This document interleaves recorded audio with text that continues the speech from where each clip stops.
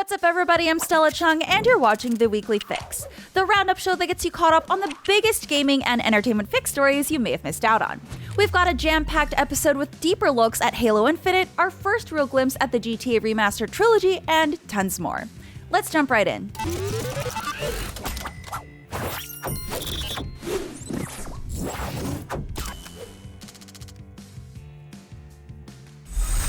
New footage detailing the Halo Infinite campaign has revealed Master Chief's next mission. Accompanied by his new AI, Master Chief's next quest is set to be Halo's biggest campaign to date, according to 343 Industries. The story is set on the Zeta Halo, an open-world Halo ring where the Banished, a splinter faction from the Covenant led by the Brutes, have settled in scattered outposts throughout the land. According to 343, players will traverse Zeta Halo with more freedom to take down the Banished, and have the option of various different ways to shut down each outpost, deal with the Banished, and fight old and new foes. For example, in the trailer, Chief scans an outpost for weak points before using a rocket launcher to detonate a large portion of the structure. The introduction of Master Chief's new AI companion, known as the Weapon, alludes to development following the events of Halo 5, specifically Cortana defecting. The Weapon's mission seems to be to lock down Cortana, as it asks, "What did she do that was so wrong?" It looks like not even the Weapon knows the full reasoning behind Master Chief's mission. We also get a peek at the upgrade tree with new enhancement like Chief's new grapple shot, shield core, drop wall shield, threat sensor radar, and thrusters, which can make dashing out of the way of incoming attacks very fun. Drop wall shield looks similar to Titan's shield wall from Destiny or Lifeline's old passive combat revive with drop shield from Apex Legends. Possibly the most impressive new item so far in the game is the grapple shot, and in the video we see Chief grapple pretty much anything from enemies to walls to even a banshee in midair and then toss its unexpected pilot down to their doom. Neat! Old enemies resurface in this installation alongside new baddies like the fast-flying skimmers. Gotta say, they look like they're gonna be super annoying. A new villain named Jaeger Erdomnai is also introduced as a sadistic Spartan killer, and we got a tease to an ominous character claiming to be the harbinger of truth. Classic vehicles like the Mongoose return to the campaign too, as well as Halo 5's VTOL aircraft Wasp looking just as fresh as ever. Even with all this new info, we have yet to really scratch the surface of what Halo Infinite has up its sleeve. But one thing is for sure, this is a new era for Halo, looking to combine classic elements with all new ideas and gameplay concepts. I'm in. Moving on, Guerrilla Games released an update on new abilities players will be able to utilize in Horizon Forbidden West. In a blog post on PlayStation's site, new tools were described that will allow players more freedom to explore and change up their combat techniques with new items like the grappler and the glider. In addition, we got details about a new high vault mechanic that will allow Aloy to hoist herself on top of objects of jumpable height with room to pull up. Combined with free climb, grapple, and the shield wing glider, players will have the potential to greatly increase where they can explore and how they can combat enemies. No more looking for yellow grab points like it's 2005. Speaking of combat, Guerrilla also made note in the blog post of a completely redesigned Horizon skill tree, including workbenches that allow players more ways to customize their weapon upgrades. This is great, considering changes to make melee and ranged combat have more synergy, allow for really interesting combos, and massive damage. With old weapons coming back with stronger personalities, Horizon Forbidden West is definitely going to be kicking combat and exploration up a notch or two from the Zero Dawn days. Those robot dinosaurs won't know what hit them. Players who recently upgraded their Nintendo Switch Online subscriptions to access new expansion pack are reportedly facing a plethora of performance issues in the service's Nintendo 64 games. Issues range from input lag to sound delay and frame rate issues and incorrect controller layouts. These are just a few of the complaints players have collated on Reset Era thread and across Twitter. Twitter user Luna Seal will probably be haunted for the rest of their life by the sound delay and distortion experience in this opening scene of Ocarina of Time.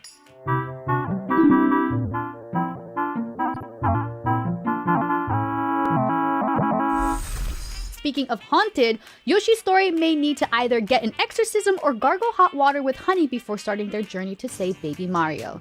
No thanks to Twitter user SuperJ64 for this clip.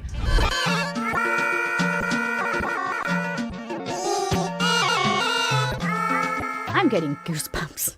Twitter user Tofu showcased a significant amount of lag in The Legend of Zelda Ocarina of Time, where timed attacks are paramount to combat and quick attacks. Tofu shows a side-by-side comparison of the Ocarina of Time on the N64 versus the Nintendo Switch Online version to highlight the difference in lag input.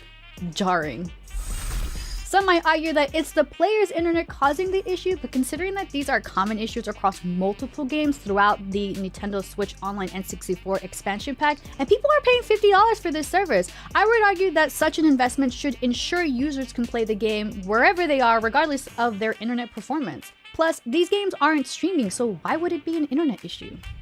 Even CLG speedrunner ZFG tweeted his disgust at the new expansion, stating, "Ocarina of Time on the Switch is so bad it might actually be worse than the Wii U." Holy cow, that's bad!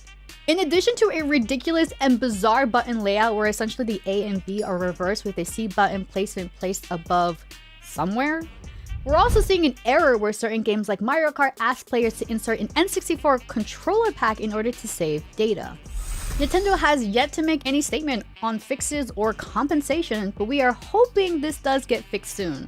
Otherwise, it could always make for a great Halloween collection to play on stream.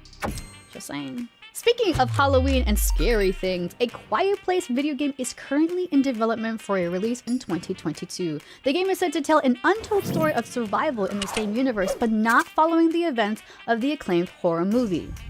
The game is in development by Illogica, the Montreal-based studio with veteran talent from the Rainbow Six and Far Cry franchises.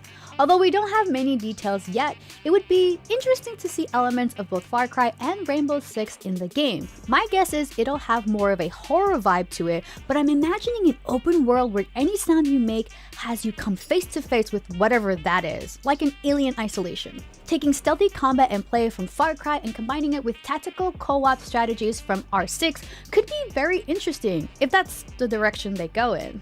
The game's publisher, Saber Interactive, the Embracer Group company behind the hit game World War Z, and the upcoming adaptation of the iconic franchise Evil Dead the game, seems like a great choice as well. Evil Dead has players join teams of 4 to seal a breach between worlds, while others play as the powerful Kandarian demons trying to hunt down Ash and his friends. It is only a speculation, but I really hope that players will be able to play both humans and the monstrous beings that plague A Quiet Place. I guess we'll have to wait till 2022 when more details drop. Today, EA released its notes on Battlefield 2042 beta that took place from October 6th till the 10th, doubling down on certain aspects of the game that got pushed back from players. During the open beta, EA addressed concerns that specialists incorporated into the game were limiting teamwork by arguing that it wasn't the specialists that were hampering teamwork, but rather features that had yet to be implemented, such as the ping system. Battlefield 2042 developers went on stating, "First, we recognize that numerous improvements to the user interface, identifying between friend and foe, the ping system, and in-game team communication that were missing during the open beta are vital to team play. You didn't get to experience all of those, and so today we want to help talk you through the many different changes that you'll experience in the full game." EA continued the conversation, explaining that since players were not able to get their hands on all 10 of the specialists, they weren't able to see all the action and opportunity Battlefield has to offer. They're clearly hoping that once all the cards are on the table, some fans' minds will change. EA does not plan on removing the ability to pick specialists or loadouts at will in all-out warfare, and did say that squad compositions would be much tighter and more limited in the new Hazard Zone mode, allowing players more customization options at launch to help differentiate themselves. EA's release notes went into detail on Battlefield 2042's loadout, which features progressive access to new gadgets, options, and tools that require players to switch up their strategies throughout conquest and breakthrough gameplay modes.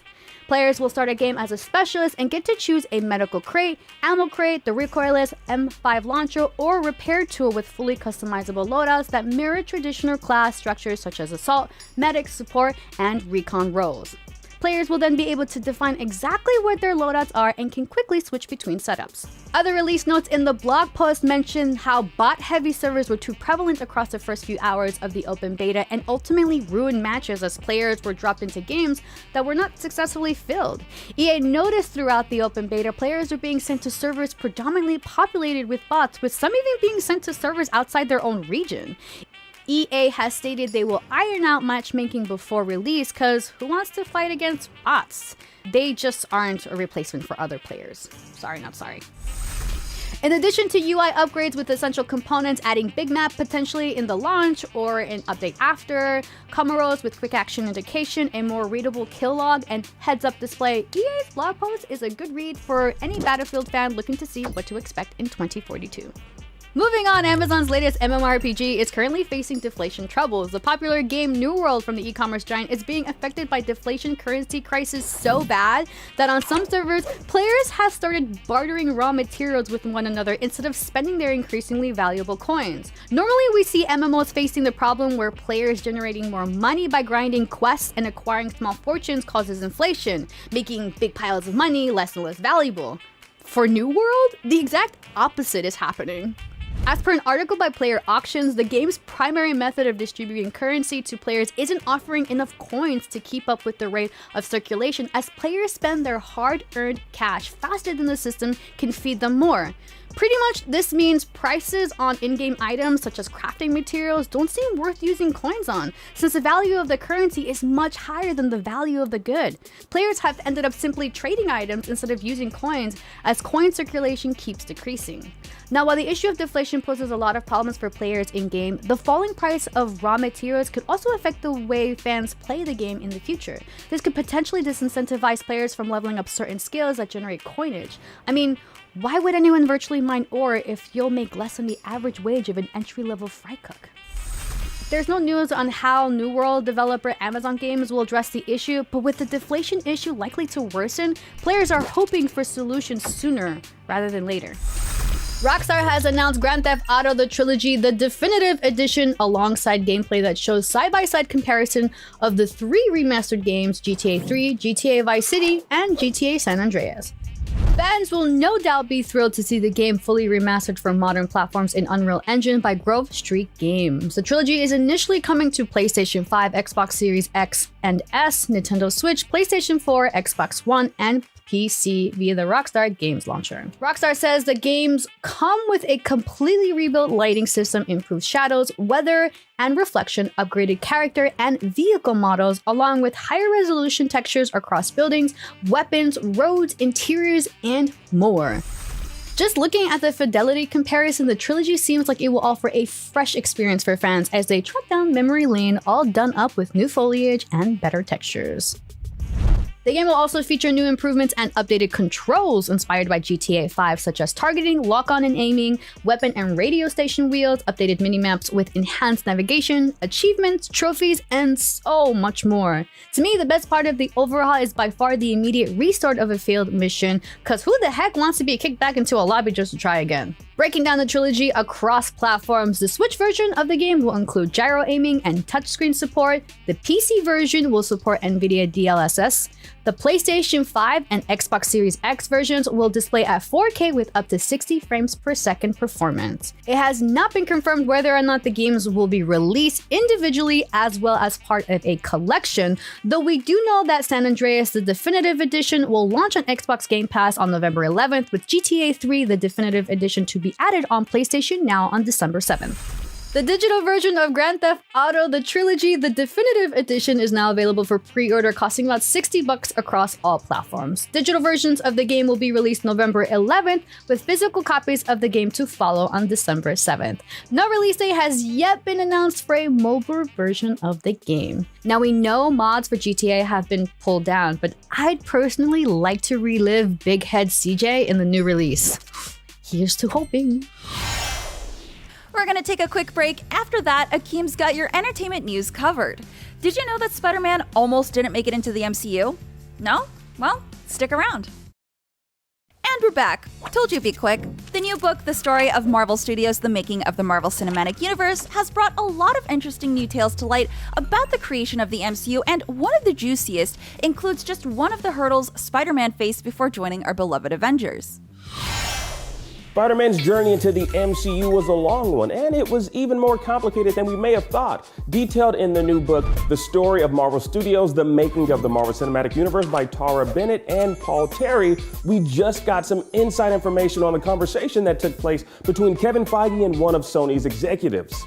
Outlined by the Direct, Feige proposed the idea of Spider-Man joining the MCU to Sony Motion Picture Group chairperson Amy Pascal. Now, Pascal was initially excited about having Feige more involved creatively, sharing with him the latest draft for Sony Pictures' Amazing Spider-Man 3, which was to star actor Andrew Garfield. Now, Feige straight up told her that Sony's plans for Amazing Spider-Man 3 weren't going to work for Marvel's overall plans involving Spider-Man in the MCU, supposedly saying to her, quote, "The only way I know how to do anything is to just do it entirely. So why don't you let us do it?" Don't think of it as two studios, and don't think of it as giving another studio back the rights. No change of hands of rights, no change of hands of money. Just engage us to produce it. Simple enough of a pitch, right? Well, not exactly. Pascal was enraged by what Feige said during the pitch, recalling that the situation made her cry and immediately threw Feige out of her office. She even said she might have hurled a sandwich at him. She isn't sure, although I doubt any grown-ass adult working in the corporate world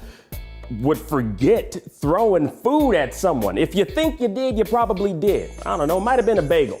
Step 6, I grab a bagel from the cafeteria and run. He took a bagel! All right, time to swing, just like I taught. Anyway, Pascal had a change of heart when she realized Sony's current plans for Spider-Man weren't fresh. They were a rotten tomato in the working, and with Feige's involvement, there's a better chance for the character to reach that next level on the big screen. Now, Pascal had another meeting with Feige and admitted, quote, "The idea of putting him, Spider-Man, up against a world where everybody had everything and he had nothing was a whole new way of telling his story. I thought, God damn, that guy's smart." Well, he is. He's Feige, baby. Always bet on Feige in these situations when thinking of the overall Marvel universe on the big screen, or even on the small screen. Now, as a result of that second meeting, Andrew Garfield was out, Tom Holland was in, and fast forward to the present day as we wait for Spider-Man to explore the multiverse in No Way Home, set to hit theaters December 17th. Now, I would love to know what y'all think of this executive not being on board initially with Feige's pitch. Would you have wanted to see Amazing Spider-Man 3 with Andrew Garfield on the Sony side? I want to know. Comment down below, let's discuss. Now, in other news, Dune won big at the box office with $40.1 million in ticket sales. The spice must flow. Not only that, but it also set a pandemic record for WB, claiming the title of biggest 3-day opening since the company started its day-and-date release strategy on HBO Max. With a film budget of $165 million, Dune has already made it back when you take into consideration its international sales at $47.4 million, bringing its global total to $220.7 million, according to Variety. A Dune Part 2 hasn't been greenlit by WB yet, but with the title screen reading Dune Part 1, it's a safe assumption that we'll see another sandworm or two pop up in the distant future. Hey, you want some muscle? I did? No. And finally, actor Hayden Christensen is reprising his role of Anakin Skywalker in Ahsoka. Now, according to The Hollywood Reporter, the latest Star Wars live-action series coming to Disney+, we'll see Christensen returning to the dark side, along with Rosario Dawson starring as the fan-favorite Jedi Knight survivor, Ahsoka Tano. Now, we first got a taste of Dawson's live-action Ahsoka in The Mandalorian Season 2, with fans across the galaxy clamoring for more. Now, plot details aren't known just yet, but what we do know is that production is set to begin early 2022, with Dave Filoni and Jon Favreau attached to write and executive produce, respectively. Now, the series is definitely in very, very good hands. And what appears to be an accident involving a prop firearm has left one crew member dead and another injured on set in New Mexico while filming an independent Western called Rust, starring and produced by Alec Baldwin. Now, the accident reportedly involves Baldwin discharging the prop gun, subsequently killing the movie cinematographer Helena Hutchins and wounding director Joel Souza. Now, Souza was reportedly treated for injuries sustained in the event and has since been released from the hospital. Now, according to Deadline, law enforcement is looking into the accident to determine if the prop firearm that fatally injured Hutchins contained a live single round, with Santa Fe County Sheriff's Office spokesperson Juan Rios telling Deadline, quote, "We haven't even even begun the forensics on that issue. That hasn't been determined by us as of yet. We expect to have more information next week as our investigation continues. Now, with that said, according to a union email spotted by IndieWire, the prop weapon used in the fatal shooting of Hutchins was loaded with a live round of ammunition. IndieWire reported that the International Alliance of Theatrical Stage Employees Local 44, a labor union that includes prop masters, sent the internal email to members confirming the bullet was in fact a live round. Additionally, the crew involved in props, set decoration, special effects, and construction on the production were seemingly not part of the Local 44 union. Baldwin has been questioned by the police about the shooting and was later released. As of right now, there have been no arrests or charges filed. Now, Alec Baldwin did issue a public statement on Twitter regarding the incident, saying that he is fully cooperating with the police investigation and that he's in touch with Hutchins' husband and son. Now, Baldwin expressed his feelings by saying, quote, "There are no words to convey my shock and sadness regarding the tragic accident that took the life of Helena Hutchins." Filming on the movie has halted as of right now.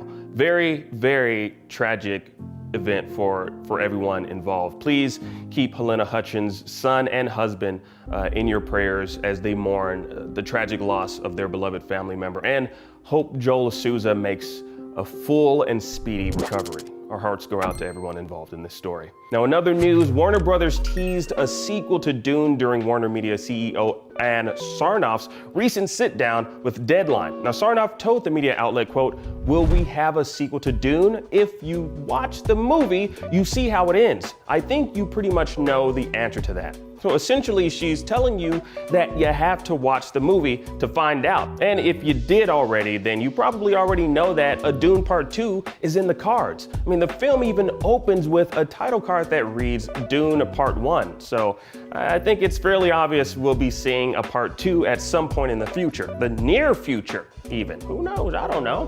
Now, in the meantime, you can watch Dune Part 1 on HBO Max or in theaters right now. All right, looks like we finally got some new details on Michael B. Jordan's long gestating Black Superman project, including an official name for the film, along with the writers attached to pen the HBO Max adaptation. Titled Val Zod, the HBO Max adaptation will follow the titular character Val Zod, a Kryptonian who was one of the few infants, along with Kal-El, to escape the destruction of his home planet. Now, in the pages of the comics, Val Zod calls Earth 2 home and takes up the mantle of Superman from Clark Kent in Earth 2 issue number 25 and throughout the Earth 2 World's End miniseries. Jordan's Outlier Society will be producing the adaptation for DC Entertainment and WB Television, with Darnell Mattier and Josh Peters attached to write. Now, the pair recently scripted Paramount's upcoming Transformers Rise of the Beasts movie, releasing next year. Now, according to Deadline, the two have an unexpected take on the iconic Earth 2 hero's origin story. Now, as of right now, it's unknown whether or not Michael B. Jordan will be donning the cape and spandex for the hero himself or casting someone else. Look at me. I'm Black Superman. No, you're not, Mr. Elba. You're an echidna named Knuckles, who apparently won't sound sexy in Sonic 2. Anyway, Jordan is still set to executive produce the project for HBO Max, along with serving as producer for the upcoming HBO Max movie Static Shock.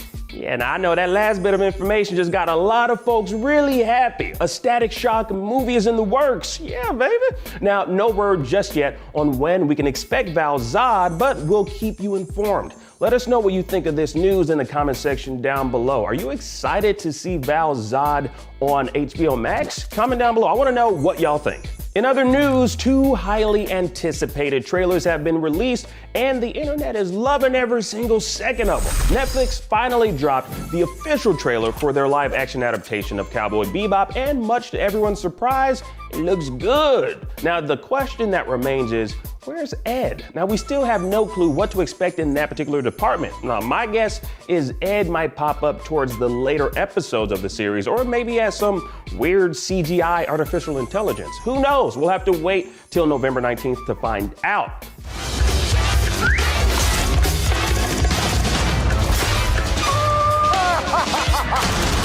What the actual? And we also got Disney Pixar's Lightyear, showing us the life and times of the man who the action figure from the Toy Story movies is based on. Now, I have just one question after seeing this particular scene from the trailer.